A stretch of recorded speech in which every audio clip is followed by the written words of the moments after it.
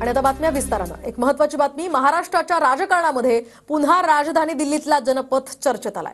तर दिल्लीतील शरद पवार यांच्या घराजवळच सुनेत्रा पवार यांचं शासकीय निवासस्थान आहे। दरम्यान काय आहे जनपथ आणि महाराष्ट्राच्या राजकारणाचं नातं, याचाच आढावा घेतलाय आमच्या प्रतिनिधींनी।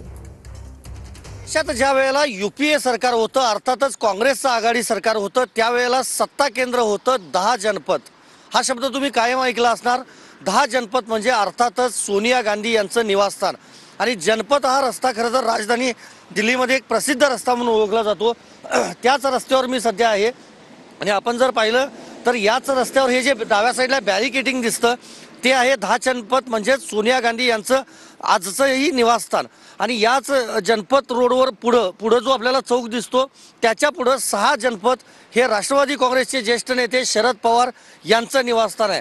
अति महत्त्वाच्या व्यक्तींची निवासस्थानं या जनपदवर असल्याचं आजपर्यंत आपण चित्र पाहतोय। आणि महाराष्ट्राच्या दृष्टीनं एक इंटरेस्टिंग गोष्ट पुन्हा एकदा याच जनपदवर सध्या पाहायला मिळते, ती म्हणजे राष्ट्रवादी काँग्रेसचे मध्ये फूट पडल्यानंतर अजित पवार यांच्या पक्षाच्या राज्यसभेच्या खासदार आणि अजित पवार यांच्या पत्नी सुनेत्रा पवार यांना जे घर मिळालं आहे ते देखील याच जनपद रस्त्यावरचं 11 नंबरचं घर आहे।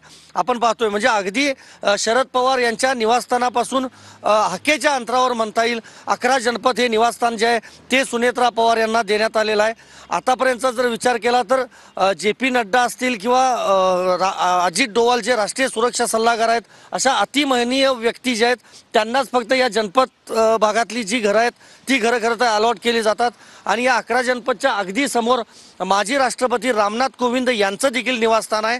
मात्र सध्याचं जर चित्र पाहिलं तर पहिल्या वेळी राज्यसभेवर खासदार येऊन देखील सुनेत्रा पवार यांना हे घर देण्यात आलं आहे। त्यामुळं इंटरेस्टिंग गोष्ट हीच आहे की काका पुतण्याचं तर राजकारण संपूर्ण महाराष्ट्रानं पाहिलेलंच आहे, मात्र अर्थातच सून नातं लागतं सुनेत्रा वहिनी आणि पवार साहेबांचं। त्यामुळं हे देण्यामागं दुसरा काही राजकीय हेतू आहे का याची खरं तर आता राजकीय वर्तुळामध्ये चर्चा सुरू झालेली आहे। मात्र 6 जनपद आणि 11 जनपद आता घरं यापुढं महाराष्ट्राच्या राजकारणामध्ये चर्चेची असणार आहेत। व्हिडिओ जर्नलिस्ट विनोद कुमारसह मी संदीप राजगोळकर, TV9 मराठी, नवी दिल्ली।